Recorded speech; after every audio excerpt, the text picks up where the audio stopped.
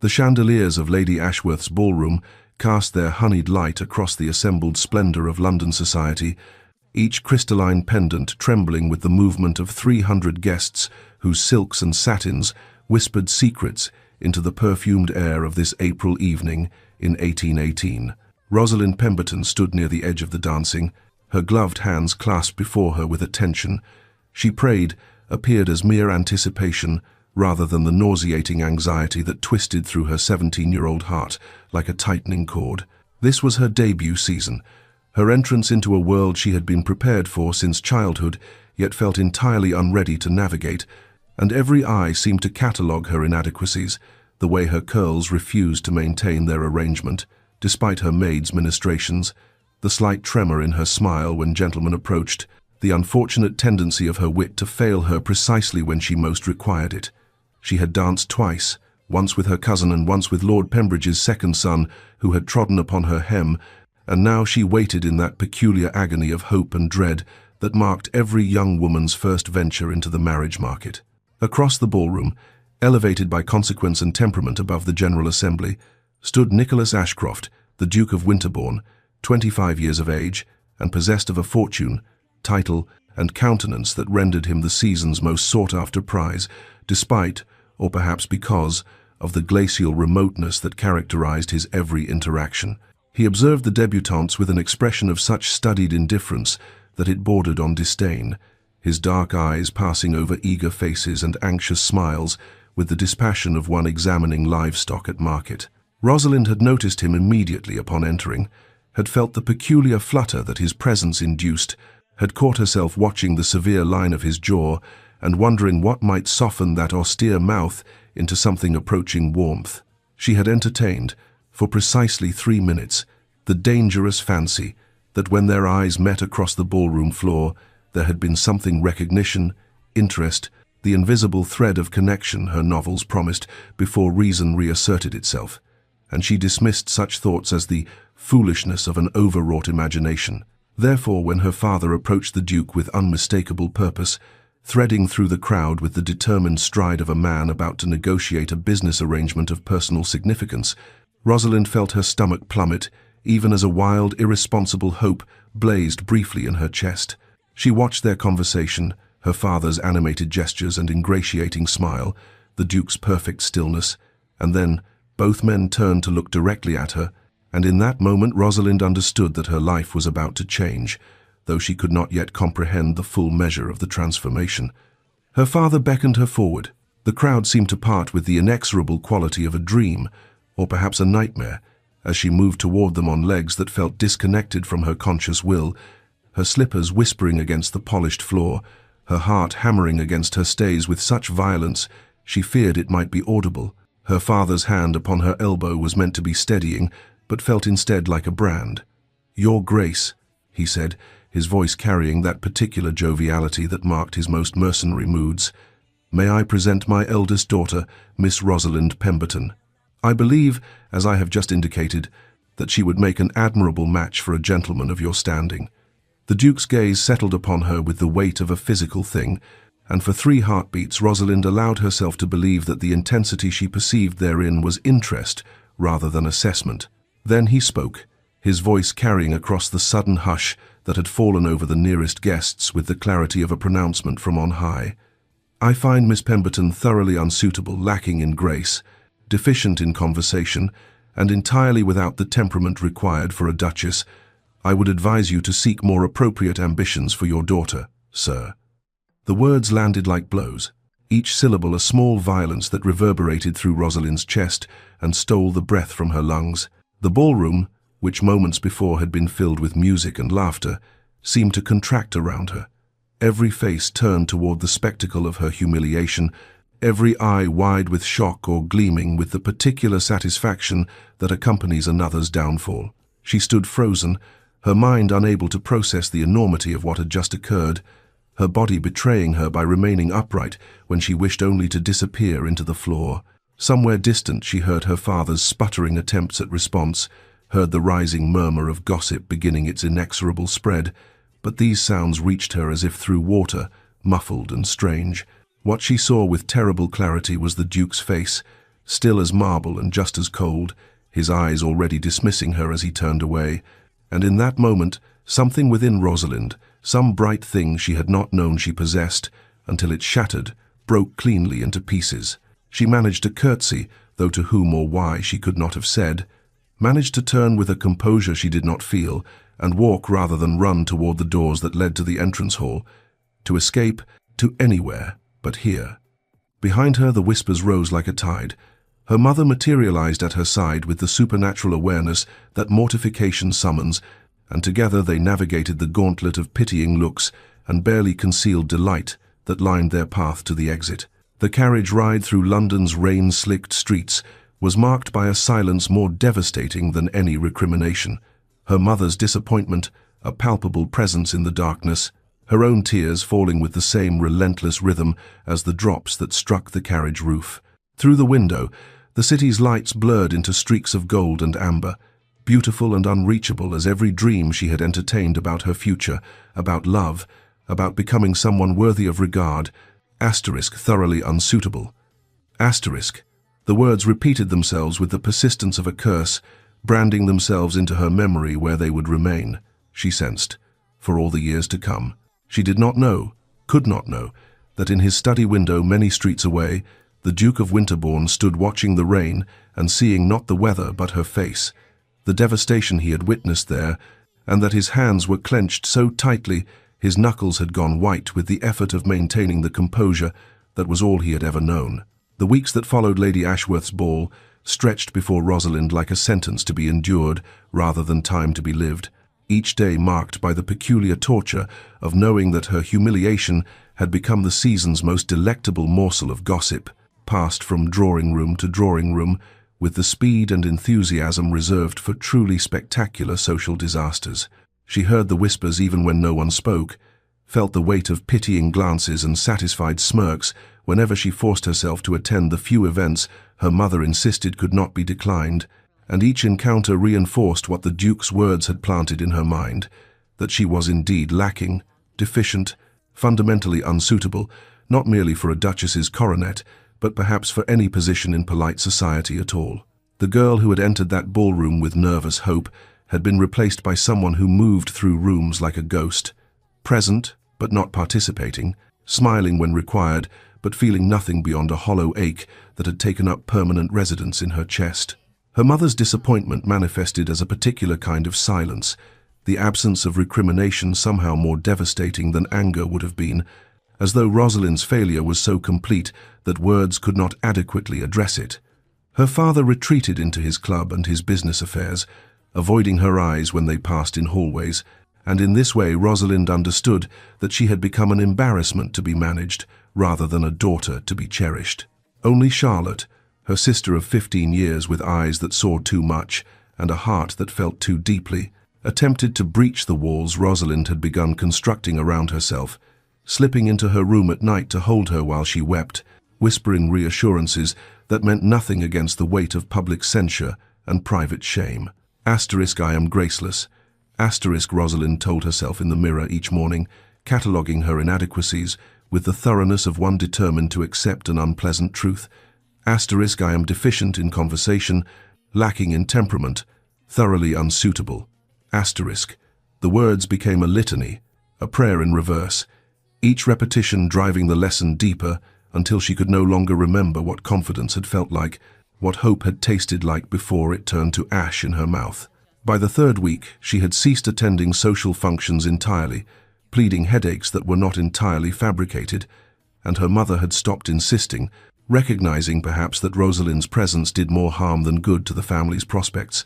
that Charlotte's debut in 2 years would proceed more smoothly if the memory of this disaster had time to fade. It was Charlotte who suggested, with the careful diplomacy of one approaching a wounded animal, that perhaps a removal to the country estate in Somerset might provide respite, space to recover away from London's merciless scrutiny, and Rosalind seized upon this solution with desperate gratitude, already imagining the silence of rural life, the blessed absence of eyes that judged and tongues that whispered. Her parents agreed with an alacrity that confirmed her suspicions about their relief at her departure,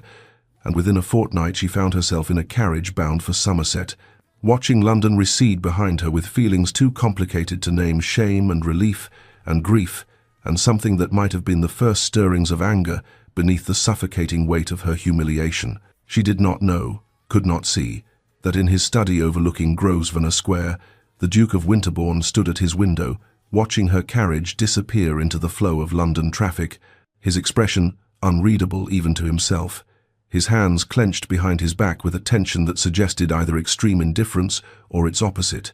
and that he remained there long after she had gone,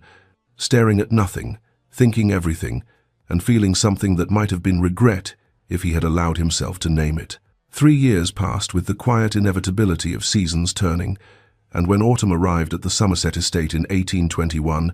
it found Rosalind Pemberton transformed in ways that had nothing to do with the mere passage of time, and everything to do with the deliberate reconstruction of a self that had been shattered on a ballroom floor in London. She was 20 now, no longer the anxious girl who had fled the capital with shame burning in her chest, and the transformation showed itself not in her appearance, though she had grown into a beauty that combined grace with something harder, more self-possessed, but in the way she moved through the world with purpose rather than apology, with certainty rather than the desperate need for approval that had characterized her younger self. The country had been her salvation in ways she had not anticipated when she first arrived hollow-eyed and broken, for in the absence of society's scrutiny, she had discovered that her worth need not be measured by ballroom accomplishments or a duke's assessment, that there existed other metrics by which a woman might judge herself valuable. She had taken over management of the estate's tenant welfare from her father's steward, discovering an aptitude for practical compassion that expressed itself in improved cottages, fair rents, and the kind of personal attention to families' needs that built genuine respect rather than mere deference. Most significantly, she had established a small school for the village children, converting an unused barn into a cheerful space where she taught letters and numbers 3 days a week, watching young minds unfold with a satisfaction that no London season could have provided, and in their unaffected affection, she found a validation that healed something the Duke's words had wounded. Her days acquired rhythm and meaning: mornings with account books and correspondence, afternoons at the school or visiting tenants, evenings reading in the library, where she had educated herself with a thoroughness that her brief season's preparation had never included. Devouring philosophy and poetry, history and politics, becoming someone of substance rather than merely ornament. Charlotte wrote faithfully from London, her letters filled with gossip and observations that Rosalind read with detached amusement, finding that the world which had once seemed so important now appeared rather small and foolish from her rural vantage point. And yet when Charlotte mentioned with the careful casualness of one testing dangerous waters that the Duke of Winterbourne remained unmarried despite countless opportunities, that he had rejected every eligible lady presented to him with the same cold courtesy that characterized all his dealings, Rosalind felt something flutter in her chest that she refused to name, a sensation she dismissed as merely the residual sting of old humiliation rather than anything resembling continued interest in a man who had publicly declared her inadequate. She told herself she was indifferent, that she never thought of him, that the memory of his dark eyes and severe countenance had faded into insignificance. But this was a lie she recognized even as she constructed it, for some part of her still wondered what she had lacked that made her so thoroughly unsuitable in his estimation, still carried the scar of his rejection even as she built a life that needed neither his approval nor anyone else's. As autumn painted the Somerset hills in shades of amber and crimson, as the air acquired that particular crispness that heralded transformation, Rosalind stood in her garden watching leaves spiral earthward and felt with the force of premonition that change was approaching, though she could not have said what form it would take, only that the peaceful equilibrium she had constructed was about to be disturbed by forces beyond her control, and that somewhere in London a man she had not seen in 3 years was thinking of her with an intensity that would have shocked her had she known, watching the same autumn sky and making decisions that would shatter the careful distance they had maintained, that would bring their lives crashing together once more with consequences neither could yet imagine. The letter arrived on a morning in late November, when frost still silvered the garden paths, and Rosalind's breath misted in the air as she walked back from the village school, carrying in her hands correspondence from her father that she opened with no particular anticipation, expecting the usual business matters and familial updates,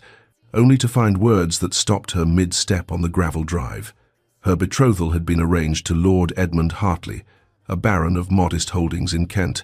a gentleman of 38 who had met her briefly during a visit to Somerset the previous summer, and had subsequently written to her father expressing his sincere wish to make her his wife. Her first reaction was a curious blankness, as though the information required translation into some language she had forgotten how to speak,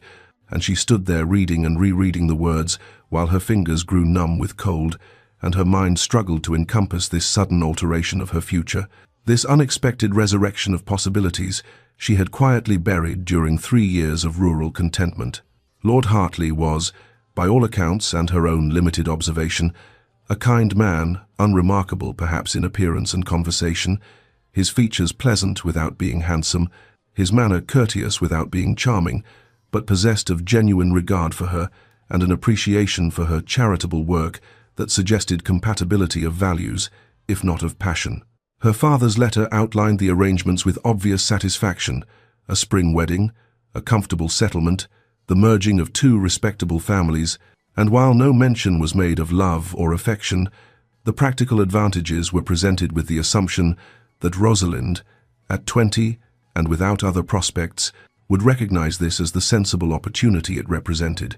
the chance to fulfill her duty and secure her position despite the disaster of her London season. She felt gratitude, certainly, a warm appreciation that someone should value her enough to offer marriage, but beneath that gratitude stirred something that might have been disappointment or perhaps merely the ghost of younger dreams, the recognition that she would be accepting companionship rather than passion, security rather than romance. And yet what right had she to expect more? What claim could she make to the fairy tale love that Charlotte still believed in with the optimism of youth? That evening she wrote her acceptance, her pen moving steadily across paper as she composed words of appropriate appreciation and modest pleasure, and if her heart remained curiously unmoved by the prospect of becoming Lady Hartley, she told herself that contentment was a worthier goal than passion, that respect and kindness provided better foundation for marriage than the dangerous intensity of romantic feeling, and that she was fortunate indeed to have this second chance at a future she had thought foreclosed. Meanwhile, in London, in the card-room of White's where gentlemen gathered to drink brandy and exchange the day's gossip, the Duke of Winterbourne heard Lord Edmund Hartley's name mentioned in connection with Miss Rosalind Pemberton of Somerset, and those who observed him in that moment witnessed something unprecedented: the fracture of his legendary composure, a visible tension that seized his frame for one betraying instant before control reasserted itself, and though he said nothing, though he merely set down his glass with careful precision and excused himself with his usual cold courtesy, those present remarked later that they had never seen Winterbourne so affected, that some deep disturbance had shown itself in his eyes before the ice closed over it again. That very night he made inquiries about Lord Hartley, his finances, his character, his holdings, his history with a thoroughness that suggested far more than casual interest, and in the privacy of his study he stood at the window overlooking the darkened square and thought of Rosalind with an intensity that would have shocked anyone who believed him, incapable of such feeling, his hands clenched behind his back as he wrestled with knowledge. He had spent 3 years refusing to acknowledge that he had been tracking her life from afar through carefully maintained sources, that he knew of her school and her charitable work and the quiet dignity with which she had built a life from the ruins of her humiliation, and that the news of her betrothal had struck him with the force of physical pain, revealing at last what he had hidden even from himself, that she had haunted every day of those 3 years, that she remained present in his thoughts with a constancy that mocked his attempts at indifference, and that the idea of her belonging to another man was insupportable in ways that demanded immediate action, even as he could not yet name what form that action must take. The months that followed Rosalind's acceptance of Lord Hartley's proposal passed with the strange unreality of a play in which she performed a role without quite inhabiting it, going through the motions of wedding preparations with dutiful attention while some essential part of herself remained detached, observing from a distance as trousseau fabrics were selected and guest lists compiled, and her mother fussed over details that seemed to matter tremendously to everyone but the bride herself. Lord Hartley visited the estate twice during this period, stays of several days each that confirmed Rosalind's initial assessment. He was kind, considerate, utterly reliable, and inspired in her nothing beyond mild affection and the comfortable certainty that their marriage would be pleasant if passionless, a union of mutual respect rather than romantic feeling, and she told herself repeatedly that this was sufficient, that she was fortunate, that contentment was a worthier foundation than the dangerous intensity of love. They walked the estate paths together in companionable conversation about practical matters, household management, his expectations for their life in Kent, her hopes to continue some form of charitable work, and if his hand in hers produced no flutter of excitement, if his chaste kisses on her cheek stirred nothing in her blood, she dismissed such observations as the foolish remnants of girlish fantasy, the dangerous dreams that had no place in a woman's sensible life. The wedding was set for the 3rd week of April, and as that date approached, Rosalind found herself moving through each day with increasing detachment, as though she was slowly disappearing from her own life, becoming a ghost in her own story, and yet she could not have articulated what she wanted instead, only that some vital spark seemed to be extinguishing itself in preparation for a future that promised security at the cost of something she could not name. Then, a fortnight before the ceremony, when spring had dressed the Somerset Hills in new green and the village hummed with anticipation of the wedding, Lord Hartley arrived unexpectedly and requested a private audience with Rosalind in the drawing-room, and the moment she saw his face anguished, apologetic, unable to meet her eyes, she knew with cold certainty what he had come to say. His words tumbled out in a rush of profuse apology and evident distress. He had discovered, he claimed, that his heart belonged to another, a realization that had come upon him with the force of revelation and could not be denied. And though he held Rosalind in the highest esteem and valued her beyond measure, he could not in good conscience proceed with their marriage when his affections were so decidedly engaged elsewhere, and he begged her forgiveness for this unconscionable breach of honor,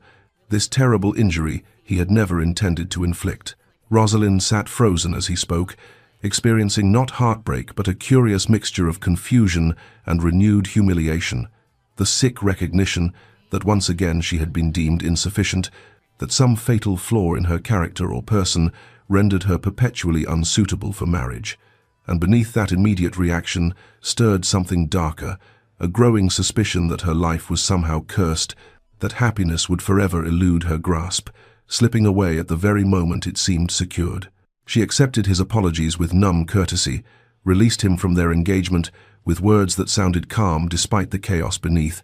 and watched him depart with visible relief at her graciousness, never suspecting that his sudden change of heart had been engineered by forces she could not imagine,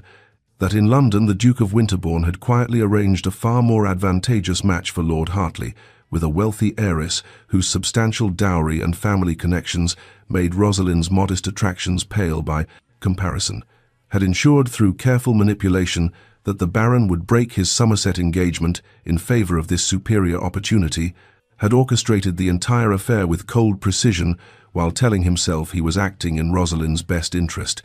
that she deserved better than a passionless marriage to an unremarkable man, though he did not examine too closely why he should care so intensely about her happiness or why the news of her betrothal had driven him to such interference. In the aftermath, as Rosalind returned to the spinsterhood she had briefly escaped, as she endured her parents' disappointment and the village's renewed pity and her own growing cynicism about the possibility of marriage, the Duke stood at his London window and thought of her with an obsession that was beginning to frighten him in its intensity, wondering if he had done right, if his protection of her from mediocrity justified his arrogant interference, and never quite acknowledging the truth that was becoming impossible to deny, that he wanted her for himself with a desperation that mocked every pretense of noble motivation, that he had destroyed her chance at contentment not for her sake, but for his own selfish, desperate, utterly consuming need to keep her unattached, available, waiting though for what, he could not yet admit even to himself. Spring arrived in 1822 with a gentleness that felt almost apologetic, as though nature itself sought to soothe the wounds of Rosalind's broken engagement, clothing the Somerset Hills in soft green and filling the air with the scent of apple blossoms and fresh earth, and she threw herself into her charitable work with an intensity that bordered on desperation, rising before dawn to visit tenant families, spending long hours at the village school where children's laughter provided temporary reprieve from her thoughts,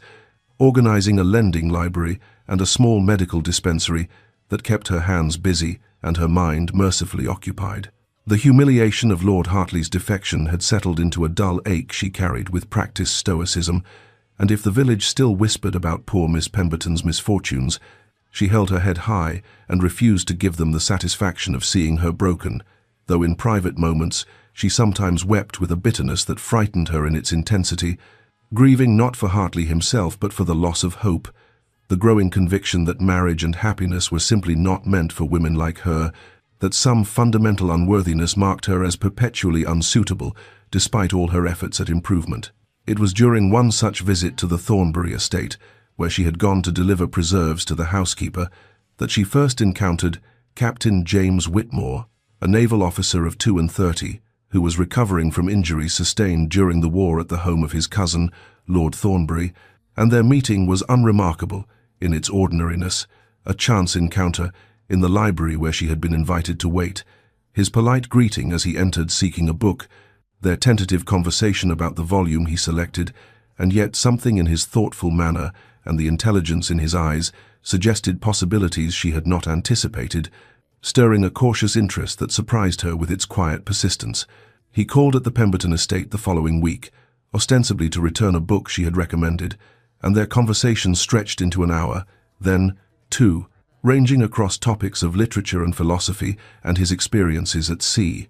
And Rosalind found herself genuinely engaged in a way she had not been with Lord Hartley, appreciating the captain's intellectual curiosity and his respectful treatment of her opinions, the sense that he saw her as a person rather than merely a prospective wife. Through the warming months, their friendship deepened with gradual, careful increments walks through the village, where he showed genuine interest in her charitable projects. Afternoons in the Pemberton gardens discussing books and ideas, his attendance at the school's modest festival, where she watched him interact with easy kindness toward the tenant children, and by midsummer there existed between them an understanding, unspoken but unmistakable, that their attachment was becoming something more than friendship, that he was courting her with a gentleness that respected her bruised heart and allowed her to open herself at her own pace. Captain Whitmore's regard was utterly genuine, his admiration for her character and accomplishments expressed in quiet compliments and thoughtful gestures, and Rosalind found herself beginning to believe, with tentative and trembling hope, that perhaps contentment was possible after all, that perhaps this kind, intelligent man might offer the companionship and respect that would constitute a good life, even if it lacked the passionate intensity of romantic novels. And when he spoke of his plans to purchase a small estate in Devon, once his health fully recovered, his casual inclusion of her in those future visions made her heart lift with something that might, given time, grow into love, or at least into the steady affection she had convinced herself was sufficient for happiness, and more than she had any right to expect, given her history of romantic failure. The Duke of Winterbourne stood at the rain-streaked window of his London townhouse that summer of 1822, his reflection ghost-like against the darkness beyond, and felt the carefully constructed walls of his self-control beginning to crack under the pressure of an obsession that had grown from manageable awareness into consuming necessity, a constant presence that invaded his thoughts during parliamentary sessions and social obligations, and the long, sleepless hours when he lay alone in his bed and imagined Rosalind Pemberton in Somerset, living a life he could observe only from this careful distance, but never touch, never enter, never claim as his own, though every fibre of his being screamed for exactly that forbidden intimacy. His correspondence with carefully selected sources, a cousin who lived near the Pemberton estate, a solicitor who handled local affairs, even the vicar whose discretion could be purchased, had kept him informed of her activities with a thoroughness that would have shamed him had he allowed himself to examine his actions too closely, and through these reports he had followed her recovery from Hartley's defection, her return to charitable work, and now, most unbearably, her growing attachment to Captain James Whitmore, each mention of the naval officer's name producing a surge of jealousy so violent it surprised him with its physical intensity, a sick churning in his gut and tightness in his chest that made it difficult to breathe,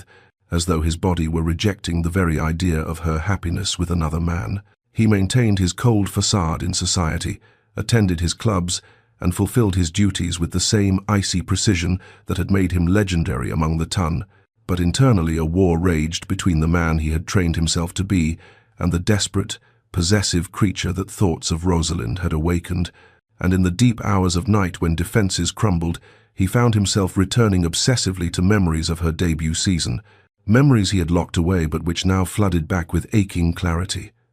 The way candlelight had caught in her dark hair during that first ball, the nervous hope in her eyes as she'd watched the dancing, the kindness with which she'd treated a clumsy footman who'd spilled champagne, the sound of her laughter genuine and unaffected when her sister had whispered something amusing, and above all the warmth that seemed to radiate from her very being, a quality so foreign to his own frozen existence that it had terrified him even as it drew him with inexorable force. He had noticed everything about her during those few weeks she'd been in London, had found himself watching her when he should have been attending to other matters, had felt something dangerous stirring in his chest whenever she entered a room, and that danger had driven him to his cruel declaration of her unsuitability, words calculated to drive her away because he had known with absolute certainty that he was too damaged by his father's brutal training in emotional detachment to deserve someone so full of life and hope, that his touch would only dim her light, his coldness eventually extinguish her warmth. And so he had protected her, the only way he knew, by driving her away with public humiliation, ensuring she would never look at him with anything but loathing, never expect from him the love and tenderness she deserved, and he believed himself incapable of providing. But the years since had taught him a bitter lesson,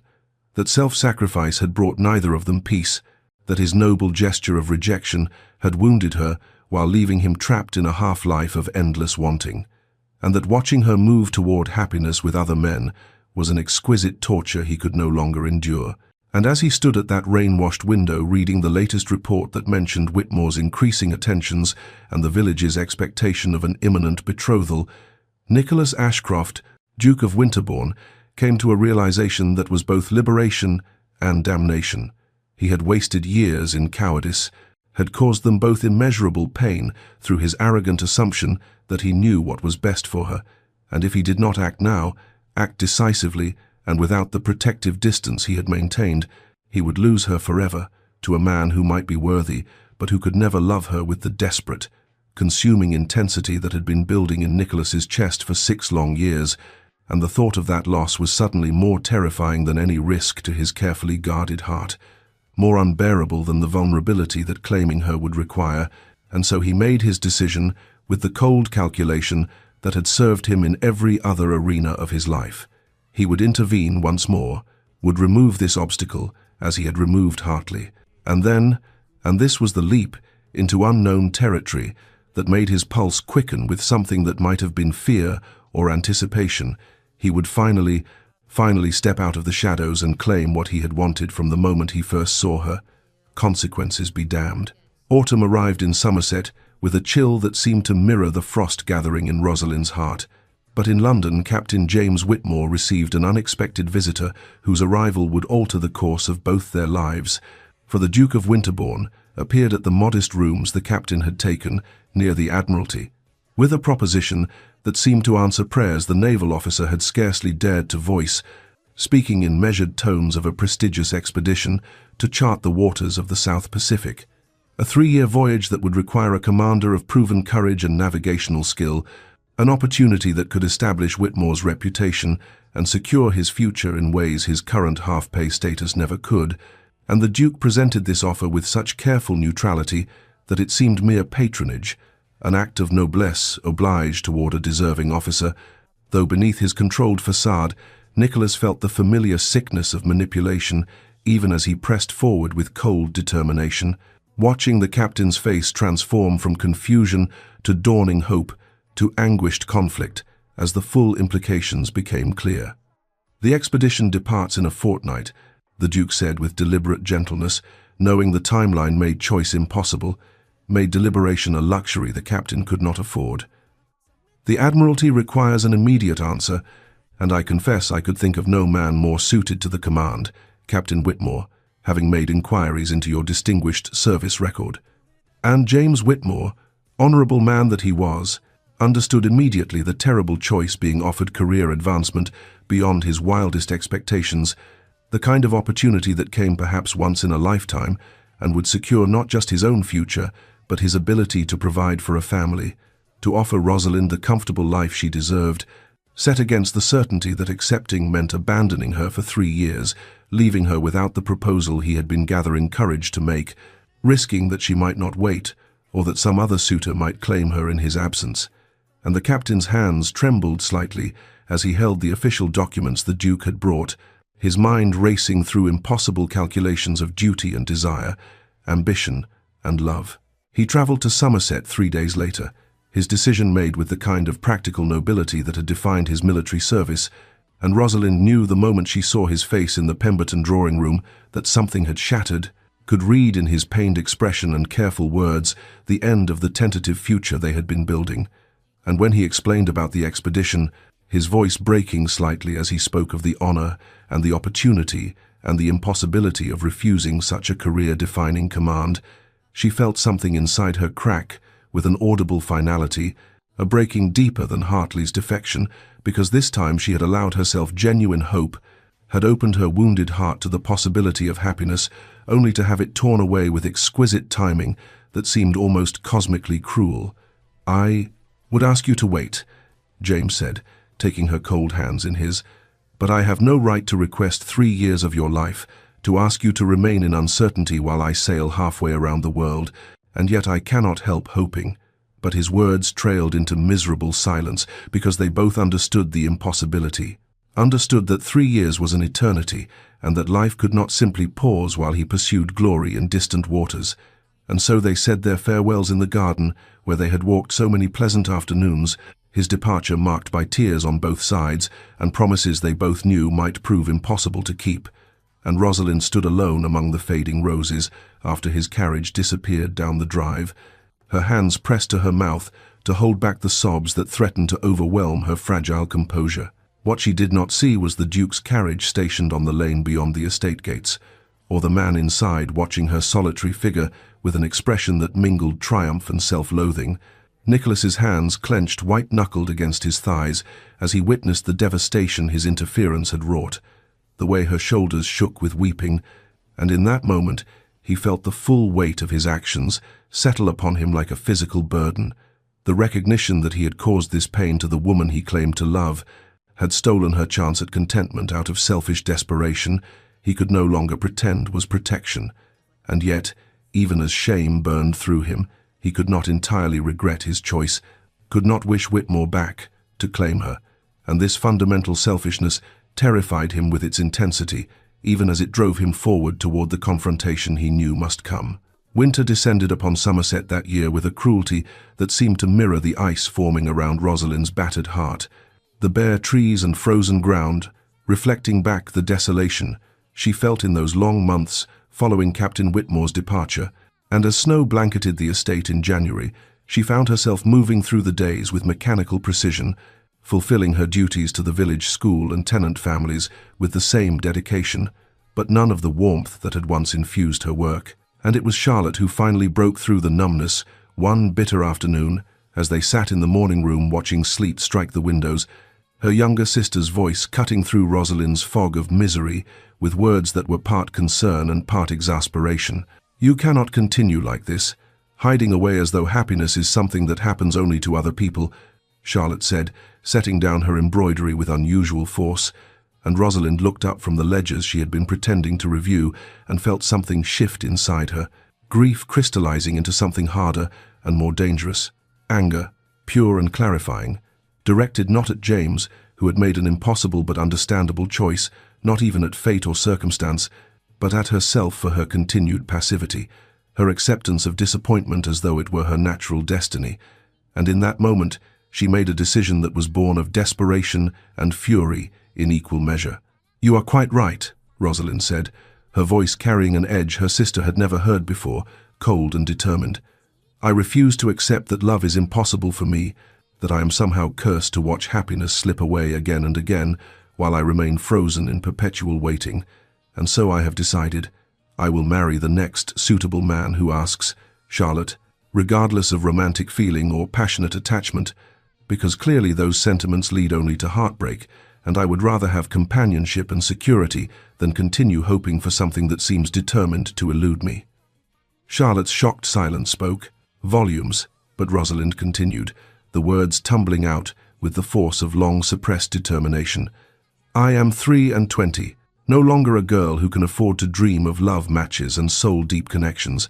and I will not become a figure of pity, the Pemberton daughter whose mysterious misfortunes provide entertainment for village gossips. So the next gentleman who offers marriage with sincerity will find me remarkably practical and acceptably enthusiastic, and we shall build whatever life can be built on mutual respect and reasonable expectations." The hardness in her own voice frightened her slightly, the recognition that something essential had changed in her character, that the warm and hopeful girl she had been was being deliberately buried beneath layers of protective cynicism, but the alternative, remaining vulnerable to future devastation, seemed unbearable, and so she embraced this new, cold pragmatism as armor against further wounds, began accepting social invitations again, with a brittle brightness that worried Charlotte, even as it silenced the pitying whispers, and moved through the remainder of that harsh winter, with walls built so high around her heart that she barely recognized herself in the mirror. Meanwhile, in London, the Duke of Winterbourne sat in his study on a February evening, reading the latest report from Somerset, and the description of Rosalind's changed demeanor, her hardened manner, her declared intention to accept the next proposal regardless of feeling struck him with the force of a physical blow. The recognition that his interference had not protected her but rather had damaged something precious and irreplaceable, had transformed her warmth into ice that mirrored his own frozen heart, and in that moment Nicholas faced an internal crisis that shook the foundations of his carefully constructed justifications. He could continue as he had been, manipulating circumstances from the shadows while telling himself he was protecting her from his own inadequacy, or he could finally, terrifyingly, step into the light and confess the truth of what he had done and why, risking her hatred and rejection, but at least giving her the choice he had stolen twice before, and the cowardice of the first option suddenly seemed more unbearable than the vulnerability of the second, though he sat frozen in indecision as winter deepened and the reports from Somerset grew more alarming, and he knew with sick certainty that time was running out to undo the damage his arrogant interference had wrought. Spring arrived in Somerset in 1823, with a profusion of apple blossoms and gentle warmth that seemed to mock the coldness Rosalind had cultivated through the long winter, and it was during the May Day village festival that Mr. Thomas Wickford first appeared at the Pemberton estate, introduced by her father as the son of a successful textile merchant who had made his fortune in Manchester and was now seeking to establish his family among the landed gentry, and Rosalind understood immediately what manner of man stood before her in the drawing-room, not unkind but undeniably pompous, his words carefully practiced, and his manner that of someone auditioning for a role rather than seeking genuine connection, speaking of his appreciation for the finer things, and his desire to ally himself with families of true breeding and refinement, in ways that made clear he valued her pedigree far more than her person, and yet when he requested permission to call upon her, she found herself accepting with the mechanical politeness that had become her default manner, telling herself that his motivations mattered less than his apparent stability, and the fact that he seemed unlikely to suddenly discover pressing business in distant oceans or formerly unknown passions for other women. The courtship that followed was marked by expensive gifts that demonstrated his wealth rather than any understanding of her tastes, elaborate jewelry when she preferred simple pieces, hothouse flowers in overwhelming arrangements when she loved the wildflowers from the estate gardens, leather-bound volumes of popular novels when her library was filled with philosophy and social reform treatises, and his conversation ran to boastful accounts of his father's business successes and his own plans to purchase a larger estate where he might entertain persons of consequence. And through it all Rosalind smiled and nodded and felt absolutely nothing, which was precisely what she had determined she wanted, this numbness that protected her from further devastation even as it hollowed her out from within. When Mr. Wickford proposed after a mere 6 weeks of acquaintance, kneeling in the Pemberton drawing-room with a speech that seemed rehearsed before a mirror and a ring that was ostentatiously large, Rosalind accepted with calm resignation, and the betrothal was announced with unseemly haste because Wickford was eager to formalize his entry into genteel society, and she saw no reason to delay what was clearly a practical arrangement rather than a romantic attachment, and a summer wedding was set with mechanical efficiency, while Rosalind moved through the preparations with the emotional engagement of someone organizing household accounts rather than her own nuptials. Charlotte watched her sister's performance with growing alarm, seeing the way Rosalind's smiles never reached her eyes, how she spoke of the wedding arrangements in the same tone she used for discussing crop rotations with the estate steward. And one evening, she confronted Rosalind directly in her chambers, demanding to know how she could contemplate marrying a man she clearly did not love. But Rosalind's response was delivered with brittle certainty. "Love has brought me nothing but pain, Charlotte, and I will not be fool enough to seek it again when companionship and security are far more reliable foundations for marriage. And Mr. Wickford will provide both adequately enough, and I shall be content with adequacy, since happiness seems determined to elude me regardless of what I desire." Meanwhile in London, the Duke of Winterbourne received word of the betrothal from his usual sources, and the report landed on his desk like a condemnation, the description of Thomas Wickford pompous, status-seeking, utterly incapable of appreciating the remarkable woman he was acquiring, like one might purchase a particularly prestigious piece of property, filling Nicholas with a horror that went beyond jealousy into something approaching existential dread, the recognition that this match would not simply remove Rosalind from his reach, but would actively destroy whatever remained of her spirit, would trap her in a gilded cage with a man who valued her lineage over her character, and would slowly suffocate the warmth and intelligence that made her extraordinary. And in that moment, the Duke understood with crystalline clarity that he could no longer justify his cowardice with claims of protecting her, that his interference from the shadows had caused nothing but harm, and that if he truly loved her, and God help him, he did, with an intensity that terrified him with its completeness, then he owed her the truth spoken openly, the choice offered honestly, even if it meant facing her hatred and rejection, even if it meant finally, terrifyingly, stepping into the light and risking the vulnerability he had spent his entire adult life avoiding. And so Nicholas Ashcroft, Duke of Winterbourne, made his decision with hands that trembled slightly as he wrote instructions for his carriage to be prepared for Somerset, knowing that he rode toward either salvation or final, irrevocable damnation, and that this time the consequences would be entirely, appropriately his to bear. The Duke of Winterbourne's carriage arrived at the Pemberton estate on a late May afternoon, when the gardens were heavy with the scent of lilac and early roses, and the sight of the ducal crest upon the gleaming black vehicle caused immediate consternation among the household staff, whispers racing through the manor with the speed of wildfire, as servants tried to comprehend what business His Grace could possibly have in Somerset. And when the butler announced the Duke's presence in the entrance hall requesting audience with the family, Rosalind felt her blood turn to ice in her veins, her teacup frozen halfway to her lips as she sat in the drawing room with Charlotte and their mother,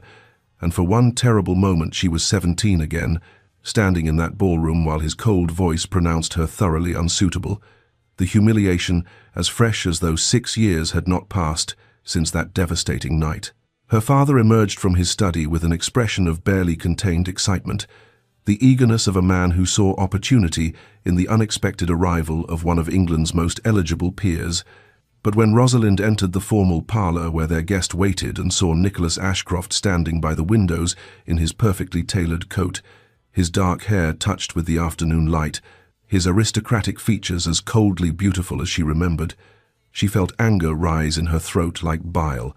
her hands clenching at her sides as she executed the barest curtsy that civility demanded, while her eyes blazed with undisguised hostility. "Your Grace," she said, her voice carrying an edge sharp enough to draw blood,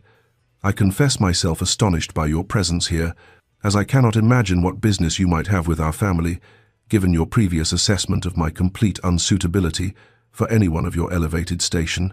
And she saw something flicker in his grey eyes, pain, perhaps, or recognition of the wound he had inflicted, but his voice when he spoke was carefully measured, formal, as he requested the honour of speaking with Miss Pemberton privately on a matter of some importance. Her father's agreement came with mortifying speed, his protests about propriety utterly abandoned in his enthusiasm to facilitate whatever connection the Duke sought, and despite Rosalind's sharp objection, she found herself being ushered into the garden, with Charlotte dispatched to serve as distant chaperone, her sister positioning herself on a bench near the house, while Rosalind walked stiffly down the gravel path with the Duke following at a respectful distance, the tension between them crackling like lightning before a storm. They stopped beside the fountain where water lilies bloomed in the basin, and Rosalind turned to face him with arms crossed defensively, waiting for him to speak first. And when he did, his words were careful, chosen with obvious precision. "Miss Pemberton, I have come to request permission to pay my addresses to you, to court you properly with the intention of seeking your hand in marriage." The request was so absurd, so utterly incomprehensible given their history, that Rosalind laughed, a bitter sound devoid of humor that seemed to echo in the garden air, and her response came swift and cutting. "You declared me unsuitable 6 years ago before the entirety of London society, Your Grace, and now you travel to Somerset to request courtship? Forgive me if I find your sudden interest not merely surprising but insulting, a joke in spectacularly poor taste, and I must ask you to leave immediately before this farce continues any further." The Duke did not move from his position beside the fountain, though Rosalind saw his jaw tighten almost imperceptibly, and when he spoke, his voice carried a gravity that compelled her attention despite her fury. "I did not speak in jest that night, Miss Pemberton. I spoke in fear, and every word was false, a cruelty I have regretted every day since, but lacked the courage to correct until circumstances have forced my hand." And Rosalind felt her breath catch at this admission, though her anger did not diminish, only shifted into something more complex and dangerous. She demanded clarification with barely restrained hostility, asking how he could expect her to believe such a convenient reinterpretation of words that had shaped 6 years of her life, that had sent her fleeing from London in shame, that had convinced her she was somehow fundamentally inadequate. And his response came with an honesty that seemed to cost him something essential. "Because I have watched you, Miss Pemberton. From a distance, I maintained out of cowardice, and I have witnessed the woman you became, your establishment of the village school, your compassionate management of tenant concerns, your strength in solitude when lesser souls would have grown bitter, and I have known for years that my assessment was not merely wrong but deliberately, catastrophically false, spoken to protect you from a man I believed incapable of offering you the warmth and devotion you deserved." Rosalind stared at him with something approaching horror as understanding began to dawn, her mind working through the implications of his words, and she asked with dangerous quiet whether he was confessing to having observed her life these past years, and his affirmative answer sent ice through her veins, even as something else, something she refused to name, flickered in her chest. She accused him of having no right to such surveillance, to such presumption about what she deserved or required, asking with cutting precision why, if he had admired her transformation, he had remained silent, why he had allowed her to continue believing herself inadequate, and she watched his aristocratic composure crack slightly as he struggled to articulate emotions clearly unfamiliar to him. "Because I am my father's son, Miss Pemberton, raised in coldness and taught that sentiment was weakness, and I believed myself too damaged, too frozen at my core, to offer you anything but contamination of your warmth, and so I told myself that distance was kindness, that my silence was protection, when in truth it was merely cowardice dressed in noble justification." Rosalind felt her anger warring with an unwilling understanding as she recognized in his confession the same fear that had driven her own retreat from vulnerability. But she refused to soften, telling him sharply that he had no right to make such decisions for her, that his protection was indistinguishable from the very cruelty he claimed to regret, and above them the sky darkened as clouds gathered with the promise of storm, the air growing heavy with approaching rain as their confrontation reached its critical juncture, and she saw in his grey eyes something she had never expected to find, their genuine anguish, the recognition of harm done, and the desperate hope that somehow, impossibly, it might yet be forgiven. The confrontation deepened as the air grew heavier with the approaching storm, and Rosalind found herself trembling not merely with anger, but with a terrible suspicion that was beginning to crystallize in her mind, the pieces of a puzzle she had not known existed suddenly arranging themselves into a devastating pattern. "Your Grace," she said with dangerous calm, her eyes searching his face with new intensity,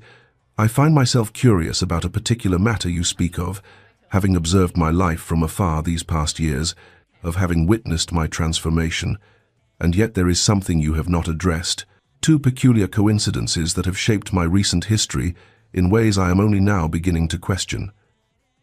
She watched his expression carefully as she continued, her voice steady despite the chaos in her chest.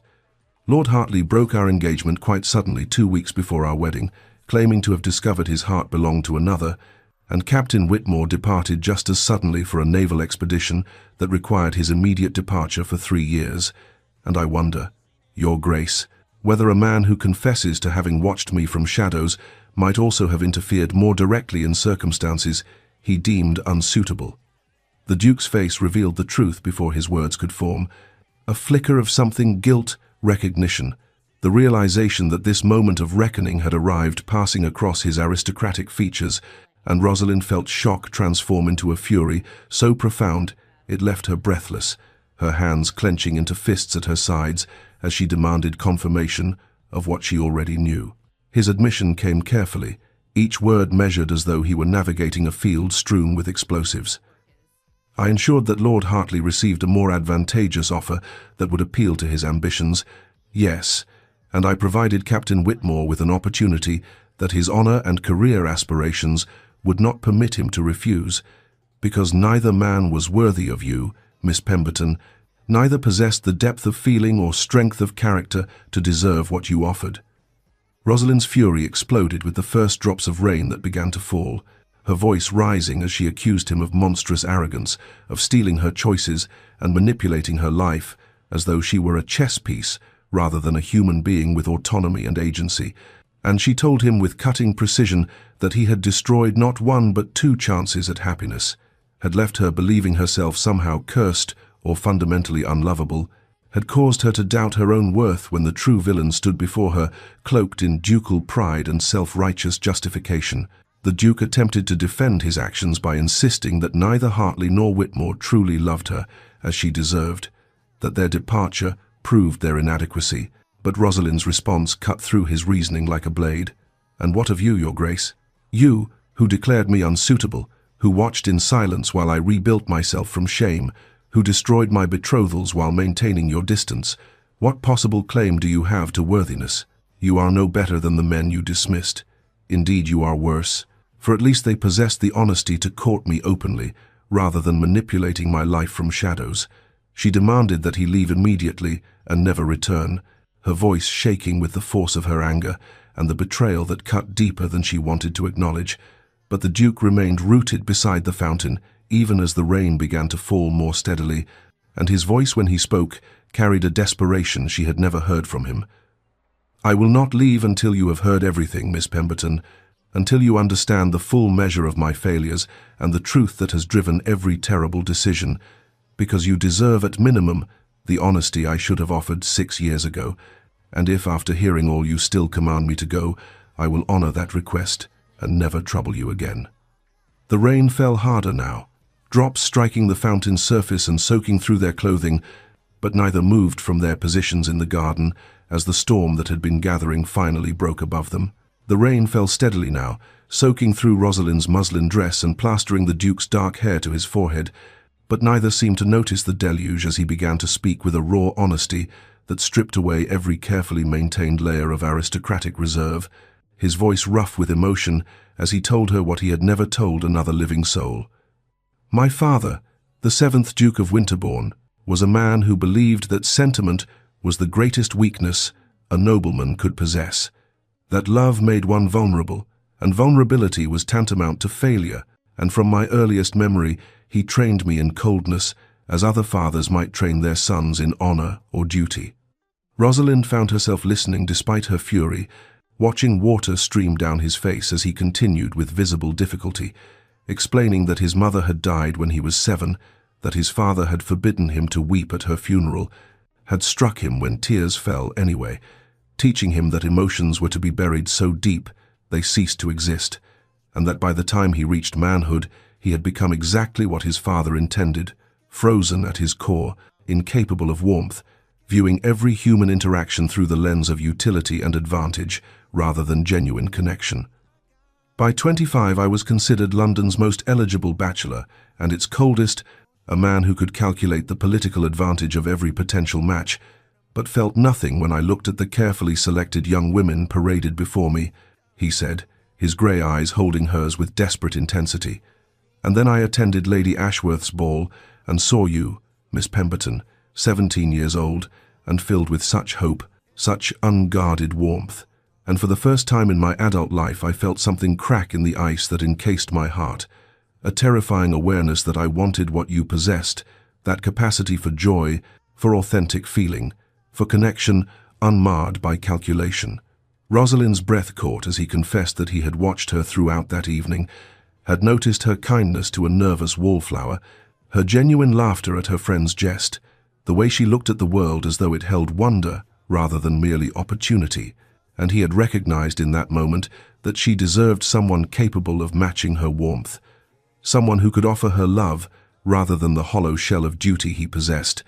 And so when her father approached him about a potential match, he had made the cruelest decision of his life to drive her away, with words designed to wound, to ensure she would never waste her brightness on his darkness. "I told myself I was protecting you," he said with bitter self-recrimination, "but in truth I was a coward who destroyed something precious because I lacked the courage to attempt becoming worthy of it.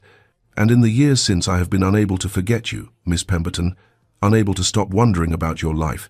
And when I learned you had transformed yourself into everything I knew you would become, compassionate,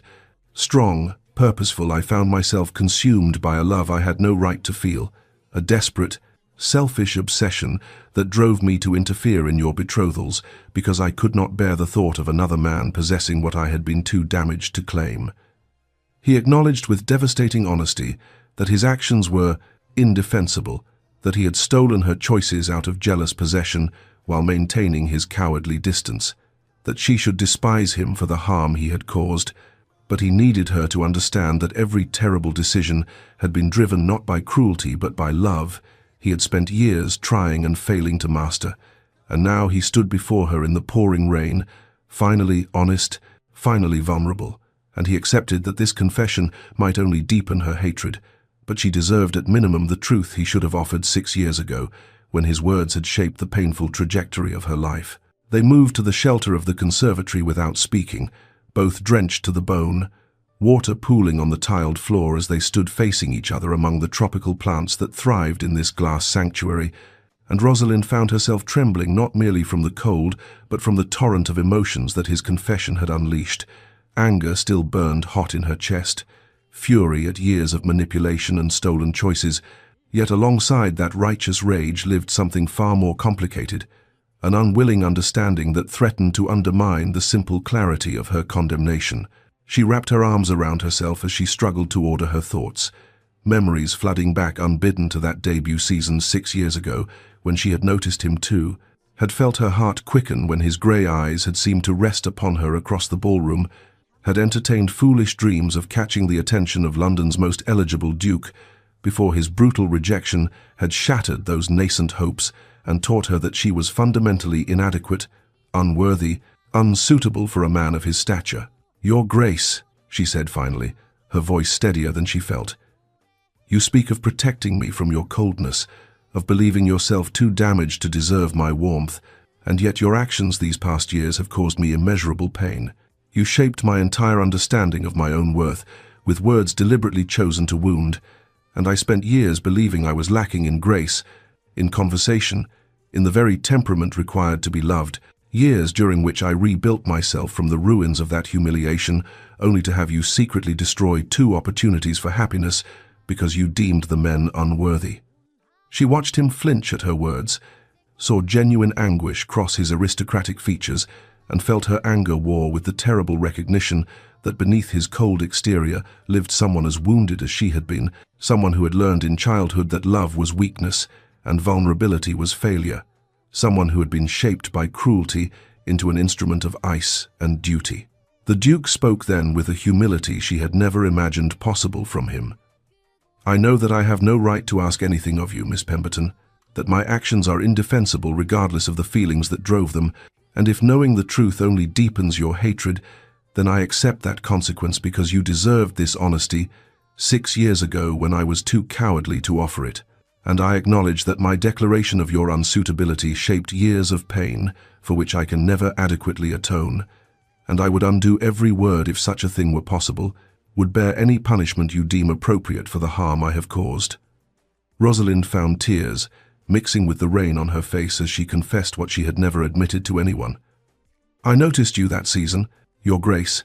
Before my father approached you, I watched you across the ballroom and felt drawn to you in a way I did not understand. And when you declared me unsuitable before the assembled ton, it felt as though you had looked into my soul and found it wanting, as though you possessed some divine insight into inadequacies I had not known I carried. And I have spent 6 years trying to prove to myself that your assessment was wrong, while simultaneously believing it might be true." The Duke's visible anguish at this revelation struck her with unexpected force, and when he moved closer with careful deliberation, asking permission with his eyes before taking her hand in his, she did not pull away despite every rational instinct that screamed she should maintain her distance from this man who had caused her such harm. "What do you truly want from me now?" she asked, her voice barely above a whisper, and his answer came without hesitation, raw and honest. "The chance to prove myself worthy of you, Miss Pemberton, starting from nothing, from less than nothing given the debt of pain I owe, the opportunity to show you through actions rather than words that I can become someone deserving of your regard, someone capable of offering you the partnership and respect and genuine love you should have received from the beginning, and I know I have no right to ask for such a chance, but I am asking nonetheless because you have become the measure by which I judge every thought and action, the standard against which I find myself perpetually wanting, and I would rather spend my life attempting to earn your trust and failing than continue in the cowardly distance I have maintained these past years." Rosalind stood silently in the conservatory for a long moment, watching water drip from the Duke's dark hair onto his rain-soaked coat, feeling the weight of his confession settle over her like a physical thing, and she recognized that she stood at a precipice from which there could be no easy retreat. Whatever she decided now would shape the remaining trajectory of her life in ways she could not fully anticipate. "Your Grace," she said finally, her voice carrying a steadiness born of necessity rather than confidence, "I am engaged to Mr. Thomas Wickford, with our wedding planned for 6 weeks hence, and though I harbour no grand passion for him, I have given my word and accepted his suit with full understanding of what such a union would entail: companionship without romance, security without vulnerability, a life of modest contentment rather than the dangerous heights of feeling you now propose." She watched something flicker in his grey eyes, pain perhaps, or resignation, but he held her gaze without flinching as she continued. "Yet I find myself confronted with your confession, with this revelation of years of manipulation driven by what you claim is love, and I am torn between my righteous anger at your interference and an unwilling understanding of the wounded man who committed these actions, and I do not know which feeling to trust or whether either can guide me toward wisdom." The Duke moved closer then, careful to maintain appropriate distance, even as his intensity seemed to close the space between them, and his voice, when he spoke, carried a desperate sincerity that she had never imagined possible from London's coldest nobleman. "Miss Pemberton, I ask only this. Give me these 6 weeks before your wedding to Mr. Wickford. Allow me to court you properly, as I should have done 6 years ago, to show you through honest action rather than manipulation who I truly am beneath the frozen facade I have maintained, and if at the end of that time you still choose Wickford, then I will accept your decision with grace and never interfere in your life again. I give you my word as a gentleman and as a man who loves you beyond reason that I will honor whatever choice you make." Rosalind felt her breath catch at the proposition, her mind immediately cataloguing the risks Mr. Wickford's potential fury at such a delay, society's inevitable gossip, her own father's confusion and disappointment if she ultimately chose the Duke only to discover his professed transformation was temporary rather than genuine, and above all the terrifying vulnerability required to open her heart to someone who had already wounded it so deeply, to trust that his love was real rather than another form of aristocratic caprice that would leave her shattered beyond repair. Yet alongside these rational fears lived something else, a trembling possibility she barely dared acknowledge, that perhaps his confession held truth, that perhaps the connection she had felt 6 years ago, before his cruel rejection, had been mutual rather than imagined, that perhaps two wounded people might find healing together if they possessed courage sufficient to the attempt. "If I were to agree to such an arrangement," she said slowly, watching his face carefully for any sign of triumph or calculation, "I would require absolute honesty from you, Your Grace, no more manipulation or interference in my choices, however well-intentioned, no decisions made on my behalf, because you believe you know better what I need, and you must accept that even after 6 weeks of courtship, I may still choose Mr. Wickford, or may choose neither of you, that I may decide spinsterhood and independence serve me better than marriage to any man, regardless of his title or professed devotion." The Duke nodded immediately, his agreement swift and unequivocal. "I accept your conditions completely and without reservation, Miss Pemberton. You will have my absolute honesty, even when such truth reflects poorly upon me. You will have full autonomy over your choices, with no interference from me regardless of how those choices wound my hopes, and you will have my respect for whatever decision you ultimately make, because you deserve nothing less than complete agency over your own life and future." Rosalind studied his face in the dim light filtering through the conservatory glass, searching for any hint of the cold calculation that had characterized him 6 years ago, but she found only raw vulnerability and desperate hope that seemed entirely genuine, and against every instinct of self-preservation she heard herself say, "Very well, Your Grace, you may court me for these 6 weeks, but understand that I make no promises beyond allowing you the opportunity to prove yourself, and I will be watching carefully for any sign that your professed transformation is performance rather than genuine change, and at the first indication of manipulation or dishonesty, I will end this arrangement immediately and proceed with my marriage to Mr. Wickford regardless of whatever feelings may have developed between us." The following weeks unfolded with a careful deliberation that both surprised and unsettled Rosalind, for the Duke of Winterbourne arrived each day at precisely 11 o'clock in the morning, never presuming to stay beyond the bounds of propriety, yet never failing to appear regardless of weather or circumstance, and she found herself anticipating his visits with an eagerness that troubled her even as it thrilled her in equal measure. Their conversations began in the formal drawing-room under the watchful eye of her mother as chaperone, but gradually migrated to the garden, where spring flowers bloomed in riotous abundance,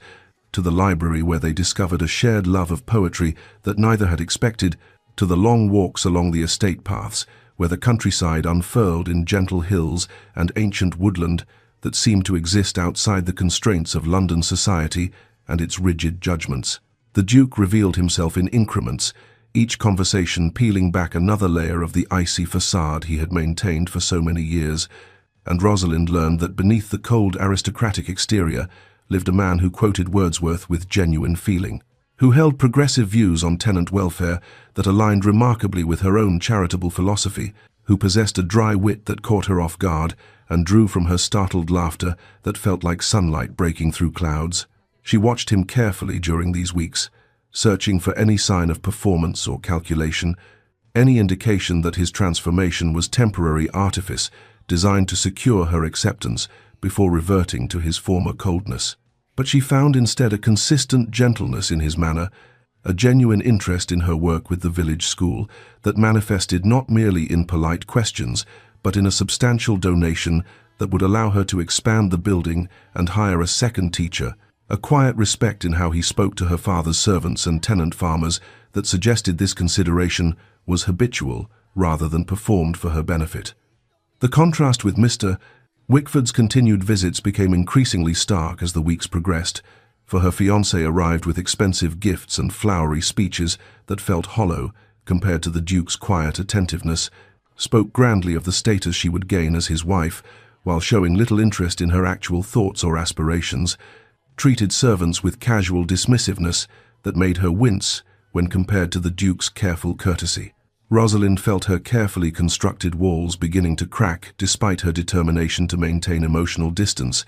found herself noticing small details that had no business affecting her so profoundly, the way the Duke's grey eyes softened when he looked at her, when he thought she was not observing, the careful distance he maintained, even when she sensed he wished to move closer, the vulnerability in his voice when he spoke of his lonely childhood and the cold man his father had shaped him to become, the genuine pleasure that illuminated his aristocratic features when she shared some success from her charitable work or some small confidence about her own dreams and fears. The village took notice of these daily visits from London's most eligible duke,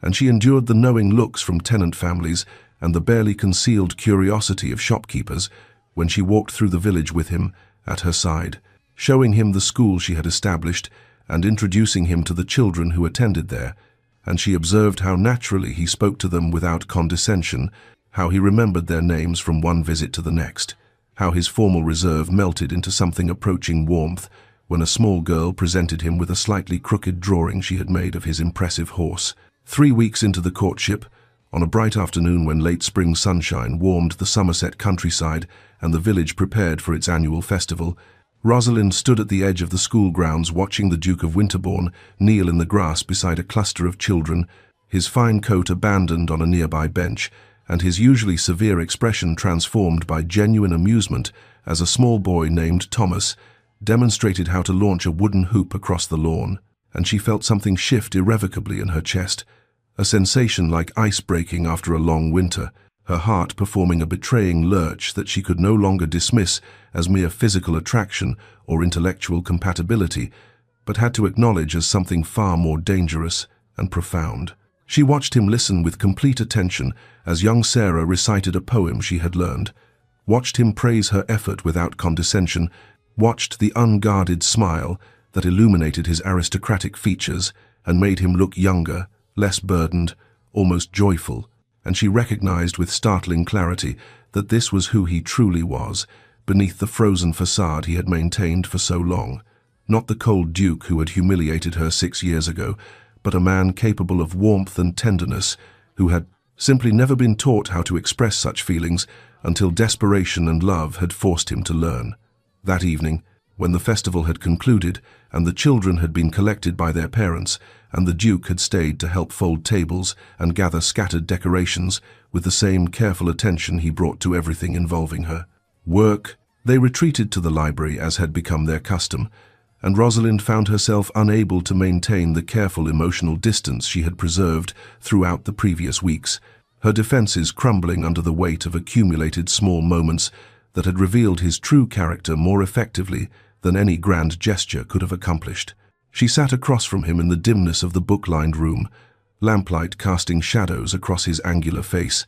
and she asked the question that had been building in her heart throughout the day. "Why do you love me, Your Grace? Truly, not merely because I represent some unattainable ideal or because your pride was wounded when I rejected your manipulation, but why me specifically? When London is filled with beautiful, accomplished women who would accept your suit without hesitation and without requiring you to transform yourself so completely." The Duke was silent for a long moment, his grey eyes holding hers with an intensity that made her breath catch, and then he began to speak in a voice rough with emotion, cataloguing memories she had not known. He possessed her kindness to a footman who had spilled wine at that long-ago ball, the way she had laughed at her sister's joke despite her obvious nervousness,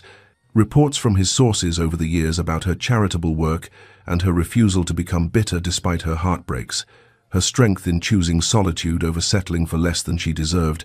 and he told her that she had haunted him precisely because she represented everything he had been taught to suppress in himself, that her warmth and authenticity had shown him how thoroughly he had buried his own capacity for feeling,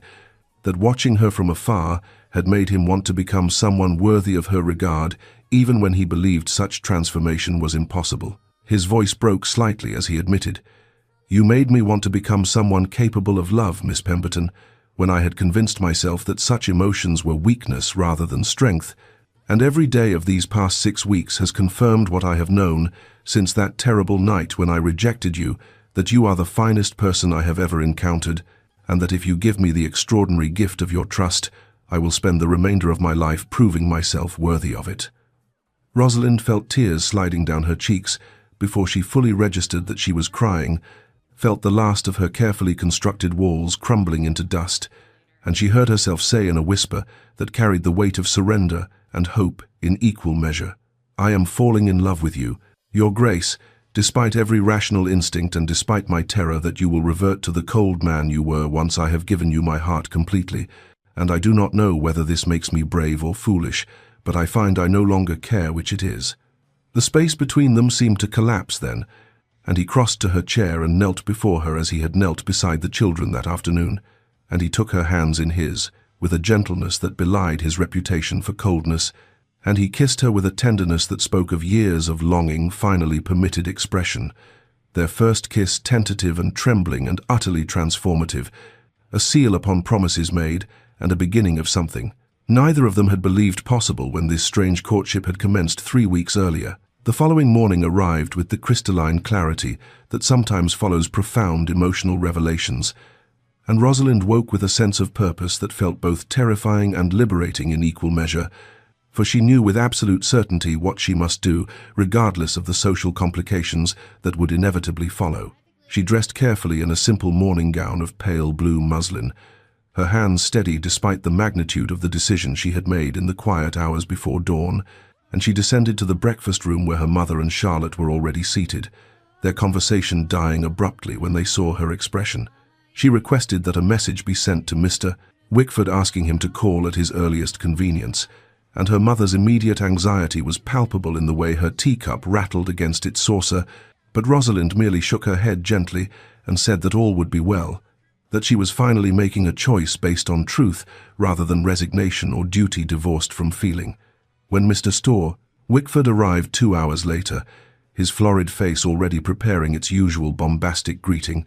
Rosalind received him in the drawing room with Charlotte as chaperone and spoke words she had rehearsed until they felt both necessary and kind, that she could not, in good conscience, proceed with their wedding, that she had come to realize their union would be built on foundations of mutual convenience rather than genuine affection, that he deserved a wife who could offer him wholehearted devotion rather than resigned acceptance. His reaction progressed swiftly, from confusion to wounded pride, to blustering threats about breach of promise and social consequences, his merchant-class anxiety about status revealing itself in increasingly shrill pronouncements about the damage to his reputation, until the butler announced the arrival of the Duke of Winterbourne, whose timing Rosalind suspected was not coincidental given his stated intention to handle any practical obstacles that might arise. The Duke entered with his characteristic aristocratic composure,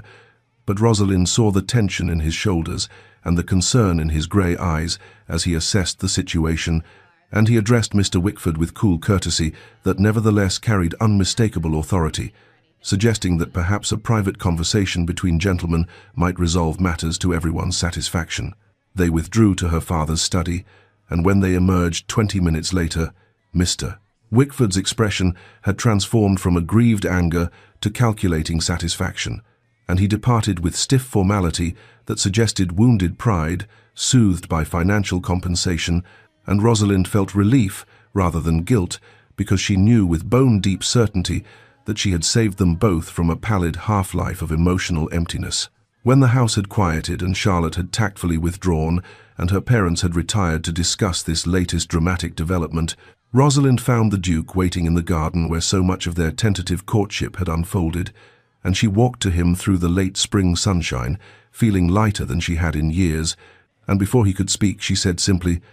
"Ask me properly, Your Grace, with no bargains or conditions or 6-week trials. Ask me as if we are simply two people who have found something precious and unexpected." He smiled then, that rare, unguarded expression that transformed his austere features into something approaching joy, and he took both her hands in his and said, "Miss Rosalind Pemberton, would you do me the extraordinary honor of becoming my wife, not because of my title or my wealth or any consideration beyond the simple fact that I love you more than I believed it possible to love anyone, and I wish to spend the remainder of my life learning how to deserve the gift of your regard?" She answered, "Yes," with tears streaming down her face, and they stood together in the garden discussing not wedding logistics but the shape of their future life. His promise to support her charitable work, not merely with funds, but with genuine partnership, her insistence on honesty and mutual respect as the foundation of their marriage, their shared vision of transforming his cold London residence into a home filled with warmth and purpose, and as the afternoon lengthened into golden evening, she acknowledged what her heart had known, perhaps longer than her mind would admit, that his patient transformation had earned what his aristocratic privilege never could have claimed, and that sometimes the deepest love grows not from perfect beginnings, but from the courage to become better than one was. 5 years passed like the turning of seasons, each one layering new growth over old scars, until the pain of those early years became something distant and almost dreamlike in its unreality. And in the autumn of 1828, the Duke and Duchess of Winterbourne stood together in the garden of their Somerset estate, watching their 3 children play among the roses that Rosalind had planted in the first year of their 24 marriage, their laughter bright as birdsong in the golden afternoon light. The estate that had once been her refuge in solitude had become something far richer, a true home filled with the warmth and joy that both she and Nicholas had believed impossible in those dark years before they found their way to each other, and the transformation was evident in every corner of the residence, from the nursery where their eldest daughter Charlotte, named for Rosalind's sister, practiced her letters with fierce concentration, to the library where Nicholas still retreated with his wife for quiet conversations after the children were abed, to the village school that had expanded into a full charitable foundation supporting education and welfare throughout the county with the Duke's considerable resources and Rosalind's passionate dedication. London society, which had once whispered about the cold Duke of Winterbourne and his impossibly high standards, now spoke with wondering admiration about his devotion to his wife and family,